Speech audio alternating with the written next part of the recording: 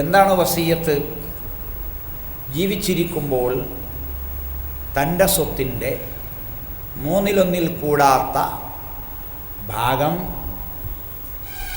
അനന്തരാവകാശിയല്ലാത്ത ആർക്കെങ്കിലും കൊടുക്കാൻ ഏൽപ്പിക്കുക. മരണശേഷമാണ് അത് നടപ്പാവുക. ഇതാണ് വസിയ്യത്ത്.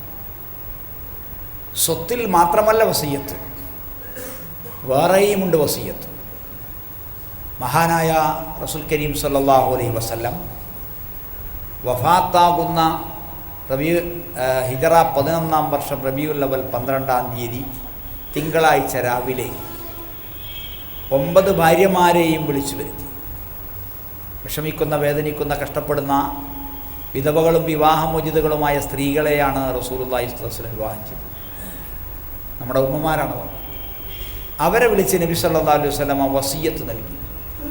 ആ വസിയ്യത്ത് പരലോകവുമായി ബന്ധപ്പെട്ട വസിയ്യത്ത്, ഇഹലോകത്തിൽ പാലിക്കേണ്ട മര്യാദകളും നിയമങ്ങളും നിർദ്ദേശങ്ങളുമാണ്. മരിക്കുന്നതിന് മുമ്പ്, മരണശേഷം ഭാര്യയും ഭർത്താവും മാതാപിതാക്കളും മക്കളും കൂട്ടുകുടുംബാദികളും എങ്ങനെ പെരുമാറണം, എന്തൊക്കെ ചെയ്യണം എന്ന പൊതുവായ വസിയ്യത്താണ് ഒന്ന്.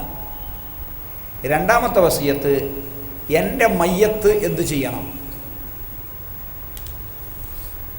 ജീവിച്ചിരിക്കുന്ന കാലത്ത് അനന്തരാവകാശികളായി ആദർശ രംഗത്ത് ആരുമില്ലാത്തവരുണ്ട്. മക്കളുണ്ട്, ഭാര്യയുണ്ട്, ഭർത്താവുണ്ട്, കൂട്ടുകുടുംബാദികളൊക്കെ ഉണ്ട്. പക്ഷേ ആദർശ രംഗത്ത് അനന്തരാവകാശി ഇല്ലാത്ത മഹാദൗർഭാഗ്യവാന്മാരുണ്ട്. മരിച്ച കുഴിച്ചിടുവോ കബറടക്കുവോ, ബിദ്അത്തുണ്ടോ സുന്നത്തുണ്ടോ, തെൽക്കീനാണോ തസ്ബീത്താണോ, മൗലിയരാണോ മൗലവിയാണോ ഉണ്ടാകുക, അറിയാത്ത ഒരുപാട് കാര്യങ്ങൾ, ഒരുപാട് ആൾക്കാരുണ്ട്. അവർ വസിയ്യത്ത് ചെയ്യാം, എൻ്റെ മരണശേഷം വേഗം മറവ് ചെയ്യണം. ഒന്നാമത് നൽകേണ്ട വസിയ്യത്തതാ. മയ്യത്തിങ്ങനെ വിറങ്ങലിച്ച് തണുത്തിട്ട് നിങ്ങളൊക്കെ ആൾക്കാരിങ്ങനെ വന്ന് മയ്യത്ത് കാണാൻ, മയ്യത്ത് കണ്ടോ, മയ്യത്ത് കണ്ടോ, മയ്യത്ത് കണ്ടോ, ഇനി ആരെങ്കിലും മയ്യത്ത് കാണാൻ ബാക്കിയുണ്ടോ എന്ന അനാവശ്യമായ ചോദ്യം. എന്നിട്ട് മയ്യത്ത് കാണിച്ചു കൊടുക്കാൻ തലക്കുമ്പുറത്ത് ഒരാൾ ജോലിയിരിക്കുക, മുഖം ഇങ്ങനെ തുറക്കാൻ. ഇതൊക്കെ ആര് പഠിപ്പിച്ചതാണ്? ആര് പഠിപ്പിച്ച ഈ മയ്യത്ത് കാണൽ, കാണിച്ചു കൊടുക്കൽ? കാണൽ ഹറാമൊന്നുമല്ല കേട്ടോ. പക്ഷേ മയ്യത്ത് കണ്ടങ്ങനെ മടങ്ങിപ്പോവുക. നമ്മളൊരു നേതാവ് മുജാഹിദ് മൗലവി മരിച്ചാൽ 1,00,000 ആൾ വന്ന് കാണും. 1,000 ആളോ 10,000 ആളോ മയ്യത്ത് കരിക്കും. കണ്ടാക്ക് എന്ത് കിട്ടി? ഒരു കുന്തവും കിട്ടിയില്ല. ആ മരിച്ചാക്ക് എന്ത് കിട്ടി? ഒന്നും കിട്ടിയില്ല. മയ്യത്ത് കരിച്ചാൽ അതുണ്ട്. വേഗം മറവ് ചെയ്യണം. റസൂൽ സല്ലല്ലാഹു അലൈഹി വസല്ലമയുടെ നിർദ്ദേശമാണ്. മരിച്ചാൽ എൻ്റെ ബന്ധുക്കളാരും മാറത്തടിച്ച് നിലവിളിക്കരുത്, മുഖം പിച്ച് ചീന്തരുത്, മുടി പുറത്ത് കാണിക്കരുത്, ചുമരിലിട്ടടിക്കരുത്. പിന്നെ നഈ, അതെന്താ? മരണവാർത്ത. ആ മരണവാർത്ത കൊട്ടിപ്പാടി അറിയിക്കുന്നൊരു ഏർപ്പാടുണ്ട്, നിയാഹത്ത്. അത് പാടില്ല. അതിൻ്റെ സമാനമായ പരിപാടിയാണ് ഇപ്പോൾ ഫൈസൽ ലോഞ്ച് ചെയ്യുന്നത്, ജീപ്പ് അനൗൺസ്മെൻറ്റ്. അപ്പോൾ അത് പാടില്ലെന്ന് പഠിപ്പിക്കണം. പിന്നെ ചില സഹാബിമാർ വസിയ്യത്ത് ചെയ്തു തസ്ബീത്ത് ചെല്ലാൻ. ഒരൊട്ടകത്തെ അറുത്ത് വിതരണം ചെയ്യുന്ന നേരം എൻ്റെ ഖബറിന് ചുറ്റും കൂടി നിന്ന് എല്ലാവരും അള്ളാഹുവോട് എൻ്റെ നേരെ വരുന്ന മലക്കുകളുടെ ചോദ്യത്തിന് ഉത്തരം കിട്ടാനുള്ള സ്ഥൈര്യത്തിന് വേണ്ടി പ്രാർത്ഥിക്കണേ.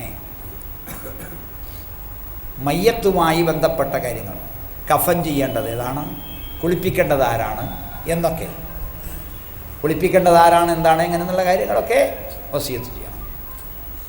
മൂന്നാമത്തെ വസിയ്യത്ത് വ്യക്തിപരമായി ആരുമായിട്ടെങ്കിലും എന്തെങ്കിലും വിഷയങ്ങളുണ്ടെങ്കിൽ അതിൽ ഇന്ന മാതിരി ചെയ്യണം, അങ്ങനെ ചെയ്യണം, ഇങ്ങനെ ചെയ്യണം എന്ന് പറയുന്നതാണ്. നാലാമത്തെ വസിയ്യത്ത്, എൻ്റെ മരണശേഷം എൻ്റെ സ്വത്ത് അനന്തരാവകാശികൾ വീതിച്ചെടുക്കുമ്പോൾ അതിൽ ഇന്ന മര്യാദകൾ നിയമങ്ങൾ പാലിക്കണമെന്ന് പറയലാണ്. ഓക്കിത്ര ഓനിത്ര എന്ന് പറയാൻ അവകാശമാർക്കില്ല, സ്വത്തിൻ്റെ ഉടമക്കില്ല. അങ്ങനെ അള്ളാഹുവിനെയും റസൂലിനെയും ഇഷ്ടമില്ലാത്ത ചില ചങ്ങാതിമാർ പെമ്മക്കൾക്ക് സ്വത്ത് എഴുതി വെക്കും. എന്തിന്? അള്ളാനെ പറ്റിക്കാൻ. അള്ളാനെ പറ്റിക്കാൻ. അതെന്താ? അള്ളാഹു സുബ്ഹാനഹു വ തആല പറഞ്ഞു, അള്ളാഹു എന്ന പഹയം പറഞ്ഞു, എന്താ, നീ മരിച്ചാൽ നിൻ്റെ സ്വത്തിൻ്റെ ഇത്ര ഭാഗം നിൻ്റെ അനുജന്മാർക്കും ജ്യേഷ്ഠന്മാർക്കും പെങ്ങന്മാർക്കും കൊടുക്കണം. ഓ, അള്ളാഹു വല്ലാത്ത ദുഷ്ടൻ തന്നെ. അപ്പം എന്ത് ചെയ്തു? അള്ളാഹിനെ പറ്റിക്കാൻ സ്വത്തൊക്കെ മകളുടെ പേരിൽ എഴുതിച്ചു. അങ്ങനെ മകളും നരകത്ത് പോവുക, ഇയാളും നരകത്ത് പോവുക. അങ്ങനെ ഒരു ചീത്തയായ വസിയത്ത് ലോകത്ത് നടന്നുകൊണ്ടിരിക്കുന്നു. അതുമാത്രമല്ല, വലിയ ബിരുദന്മാരുണ്ട്. അള്ളാഹു പറഞ്ഞത് ശരിയായില്ല, അള്ളാഹു ചെയ്തത് ശരിയായില്ല, അള്ളാഹ് പോയത്തക്കാരൻ, നമ്മൾ ബുദ്ധിയുള്ളവൻ. എന്താ, ഞാൻ മരിച്ചാൽ എൻ്റെ സ്വത്ത് കൈകാര്യം ചെയ്യുന്നിടത്ത് മക്കൾ അടിപിടി കൂടും. അപ്പം അള്ളാഹ്ക്ക് ഇതൊന്നും അറിയില്ല, പാവം അള്ളാഹ്ക്ക് ഇതൊന്നും അറിയില്ല, റസൂലുള്ളാഹിക്ക് ഇതൊന്നും അറിയില്ല. അപ്പം എന്ത് ചെയ്തു? നമ്മൾ ജീവിച്ചിരിക്കുമ്പോൾ തന്നെ സ്വത്തൊക്കെ എഴുതിച്ച്, മകനിത്ര, മകൾക്കിത്ര, എന്നിട്ട് സുഖമായിട്ട് കിടന്ന് മരിക്കാമെന്ന് നമ്മൾ വ്യാമോഹിച്ചു. അത് തെറ്റായ വസിയത്ത്, തെറ്റായ വസിയത്ത്. അല്ലാഹു സുബ്ഹാനഹു വ തആല പറഞ്ഞു സൂറത്ത് നിസാഇൽ, ലിർരിജാലി നസീബും മിമ്മാ തറക്കൽ വാലിദാനി വൽ അഖറബൂൻ വലിന്നിസാഇ നസീബും മിമ്മാ തറക്കൽ വാലിദാനി വൽ അഖറബൂൻ മിമ്മാ ഖല്ല മിൻഹു ഔ കസറ നസീബം മഫ്റൂളാ. എന്താ പറഞ്ഞത്? സൂറത്ത് നിസാ 7, 8, 9. മാതാപിതാക്കളും അടുത്ത കുടുംബാംഗങ്ങളും വിട്ടേച്ചു പോയ സ്വത്തിൽ ആണുങ്ങൾക്കും പെണ്ണുങ്ങൾക്കും ഓഹരിയുണ്ട്. വിട്ടാണ് പോകണം, അതിന് റൂഹാണ് പോകണം, അല്ലെങ്കിൽ കൊല്ലണം, എന്നാലേ എടുക്കാൻ പറ്റുള്ളൂ.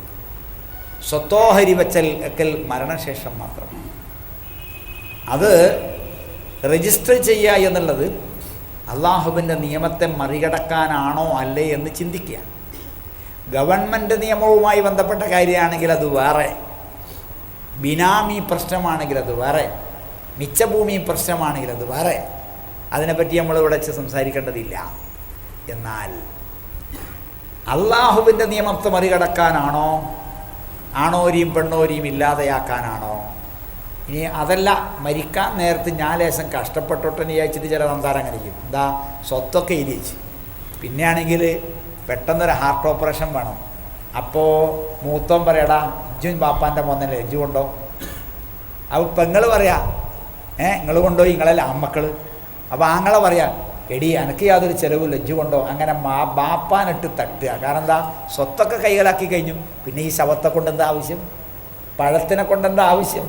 അതുകൊണ്ട് ഇതൊക്കെ നമ്മൾ കാണുന്നില്ലേ. എന്നിട്ടും പൊട്ടപ്പോയത്തക്കാർ വീണ്ടും അങ്ങനെ ചെയ്തു. എൻ്റെ മക്കളല്ലേ, എൻ്റെ മക്കൾ തെല്ലുകൂടാക്കാൻ, എൻ്റെ മക്കൾ തെണ്ടാതിരിക്കാൻ വേണ്ടി നമ്മൾ നരകത്ത് പോകാൻ തീരുമാനിക്കാം പാടില്ല. സ്വത്ത് ഓഹരി വെക്കേണ്ടതാരാ? നമ്മളല്ല, പഞ്ചായത്തല്ല, കാളിയരും മൂലിയരും മല്ലാക്കി മൗലവിയൊന്നുമല്ല, അനന്തരാവകാശികളാണ്. അതൊക്കെ വേഗം പണിയായി ചെളിയും. മരിച്ചാൽ അതിൻ്റെ പിറ്റേന്നായിട്ട് പണിയാണ് കഴിച്ചാൽ. അപ്പോൾ എല്ലാവരും ദേശം കണ്ണീരിലൊക്കെ ആയിരിക്കും, മൂച്ചും പിടുത്തവും ആർത്തിയും പിശുക്കും ഒന്നും ഉണ്ടാവില്ല. അപ്പം എന്താ, നല്ല സ്മൂത്തായിട്ട് സ്വത്തോരിയേക്കാം. കുറച്ചാണ് കഴിഞ്ഞാൽ കാണാം പിന്നെ, ആ അതേ ഞാൻ നയിച്ചുണ്ടാക്കിയതാ, ബാപ്പാൻ്റെതാണെങ്കിലും ശരി സാധനൻ്റെതാ. അപ്പോൾ പെങ്ങൾ പറയും, എൻ്റെ ആ 10 പവൻ ബാപ്പാന്ന് എടുത്തിരുന്നു. അപ്പം അനുജൻ പറയും, ബാപ്പന്നാൾ എന്നോട് ആ തെങ്ങുംതോട്ടം എടുക്കാൻ പറഞ്ഞേക്കണത്. അപ്പോൾ പിന്നെ അതിൻ്റെ ഇടയിൽ ഉമ്മ വെള്ളം കുടിച്ചു. ഉമ്മക്ക് പറയാൻ പറ്റുമോ? പറയാതാക്കാൻ പറ്റും. ബാപ്പ മരിച്ച ഉമ്മാൻ്റെ ഗതികേട് കാണണം. മക്കളുണ്ടെങ്കിൽ, സ്വത്തുണ്ടെങ്കിൽ കേട്ടോ, സ്വത്തില്ലെങ്കിൽ സുഖമായിട്ട് കിടന്നുറങ്ങാം. പൈസയാണ് കൂടിയോ ഉമ്മാൻ്റെ ഗതികേട് പറയാല്ല. അങ്ങനെയല്ലമ്മ, ആ അങ്ങനെയല്ലല്ലമ്മ, ആ ഉമ്മ അങ്ങനെ ഒരു ഓട്ടം തുള്ളൽക്കാരിയായിട്ട് മാറും. എല്ലാ മക്കൾക്കും തുള്ളി കൊടുക്കുന്നത് അല്ലേ. പിന്നെ ഉമ്മാനിട്ട് തട്ടലായി. കാരണം എന്താ, ഒരു പെരവിടെ ബാക്കി വെച്ചിട്ടുണ്ടാവും ബാപ്പ. പെരപ്പൊന്നും ചെയ്യാൻ പറ്റില്ല. എന്താ, ഉമ്മല്ലേ.